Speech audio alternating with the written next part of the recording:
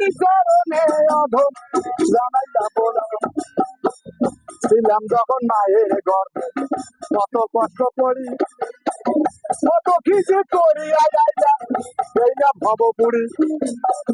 তাকে ভালো এসব কথা আসল কথায় যায় একটা নারীর চাইছে স্বামী বলেন মহাসব আস্তে আস্তে কইব কথা শুনিবেন সবাই এক নারীর চাইছে স্বামী কিভাবে যে হয় তাহলে একটা নারীর চারটে আমার স্বামী কোনটা শুনছেন দ্রৌপদীর না পাঁচটা স্বামী ছিল কিন্তু এখন নারীর চারটে স্বামী কিভাবে হলো তাও আবার এই জগতের মাঝে তাহলে চারটে জুনি তিনটে জুনি একটা জুনি কে পাইলো না একটা জুনি কে পাইলো না তিনটে জুনি পাইলো ওই যে বড় বুড়ো মতি কিছুই জানি না ভাষায় ভুল ত্রুটি হইলে করিবেন ক্ষমা পিতার মস্তকে ছিলাম ছাত্র হেন পায়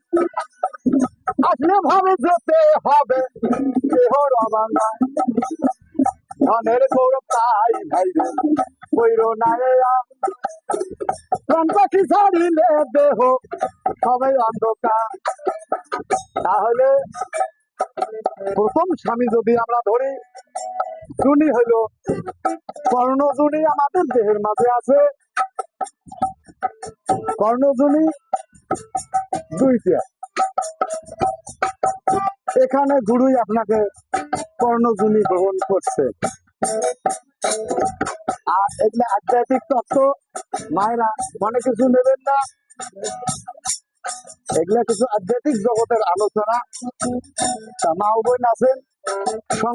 সংক্ষেপে একটু গানা বলি বিশেষ ব্যাখ্যাও ফিল করা যাবে না হয়তো বা একটু খারাপ লাগতেও পারে তাই আর যে জুনি দাঁত দিয়ে আমরা এই ভব সাগরে এসেছি এটা একমাত্র কারো দিকে স্বামী তাহলে কয়টা হইলো তিনটা দুই কর্ণ দুইটা আর যে জুনি আমরা মানে ন্যায্য ন্যায় সঙ্গত ভাবে যে গ্রহণ করা হয়েছে 10-20 সাক্ষী রেখে সেটা স্বামী আর পরম স্বামী তো এগুলোর ধার ধারে না পরম স্বামী কার পরম স্বামী সৃষ্টিকর্তা ভগবান তিনি এগুলোর ধার ধারে না ওনাকে স্বামী বলা হয় যেহেতু পদ বলিয়া চিত্ত নিয়ে বলে পিড়িতি পিড়িতি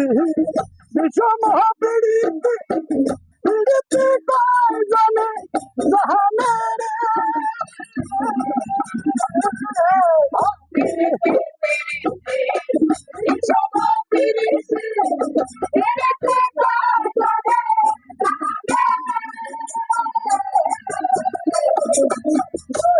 যখন আসে বাড়ি সম্পর্ক কি হয় পারি নামে ডাকে শিষ্য ভক্ত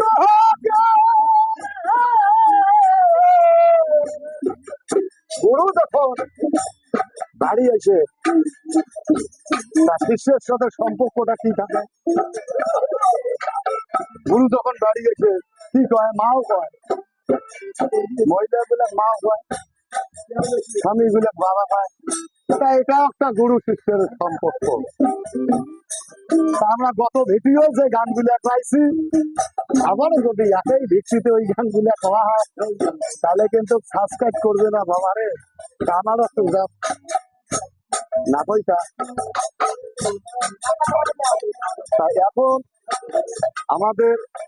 পূর্বে যে জিনিসগুলো আলোচনা হবে সেই জিনিসগুলো আলাদা নতুন নতুন জিনিস কিছু গান আজকে যে গানটা গাইছে পরে আর একটা গাইতে হবে ওই গানটা যাক আজকের এই অনুষ্ঠানে শুধু সম্মানিত মহাশয় আমাদেরকে ডেকেছেন তা আপনি যদি বলেন কথা ঠাকুর মানে আপনিও একটু লক্ষ্য করবেন,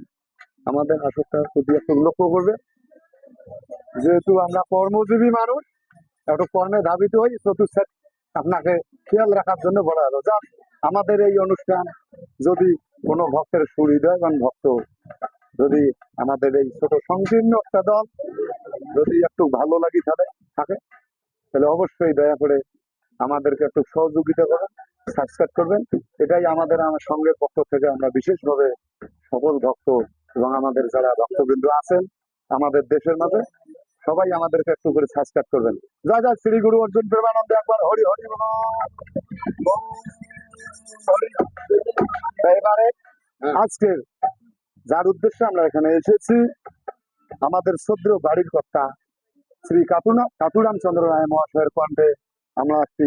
ভজন কীর্তন শ্রবণ করবো। দয়া করে আপনারা কেউ অধৈর্য হবেন না, মাঝে মাঝে মা সকল একটু করে উলুর ধ্বনি এবং হরের ধ্বনি দেবে।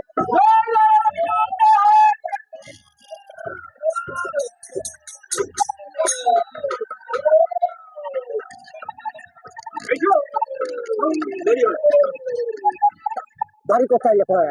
না, ওই বাড়ি যদি